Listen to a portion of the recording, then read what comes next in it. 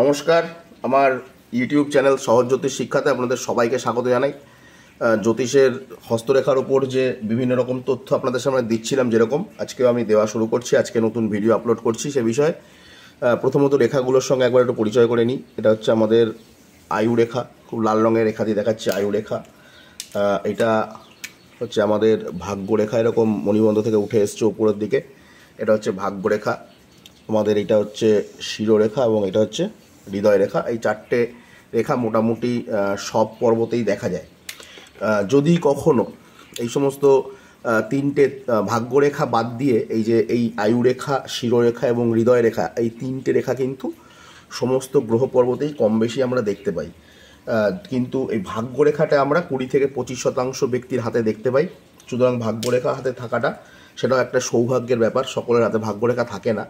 এবার ভাগ্যরেখা কোথা থেকে আসছে, কীরকম ভাগ্যরেখা, কোন অংশ থেকে তৈরি হচ্ছে, কোন পর্বত থেকে সেই ভাগ্যরেখাটি তৈরি হয়েছে, সেটি কিন্তু একটি আপনাদের তার উপর নির্ভর করে আপনাদের সৌভাগ্য বা ভাগ্যের উদয় হবে। সে বিষয়ে আজকে আলোচনাটি করছি। একটি এক্সেপশনাল আমি অন্য একটি রঙের কালি দিয়ে দেখানোর চেষ্টা করছি যে যদি কখনো দেখা গেল ভাগ্যরেখা এরকম শুক্রের পর্বত থেকে উঠেছে, বা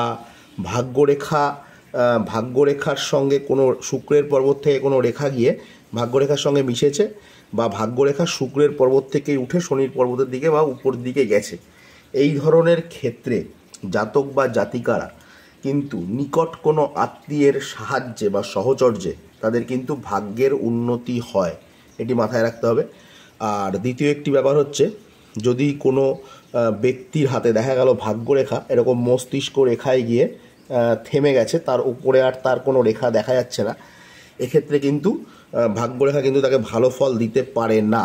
এরকম কর্তৃত্ব বা অর্ধেক ভাগ্যরেখা কিন্তু তার জীবনে বিপর্যয় আনতে পারে। একটি নির্দিষ্ট বয়সের পর থেকে আমরা সেটা ক্যালকুলেশন করতে পারি যে এই অবধি তার কত বয়স হচ্ছে। সেই বয়সের পর থেকে কিন্তু তার ভাগ্যের জায়গায় কিন্তু হানি হবে এবং সে খুবই একটি সৌভাগ্যবান তিনি কিন্তু হতে পারবেন না। এ বিষয়টা কিন্তু মাথায় রাখতে হবে।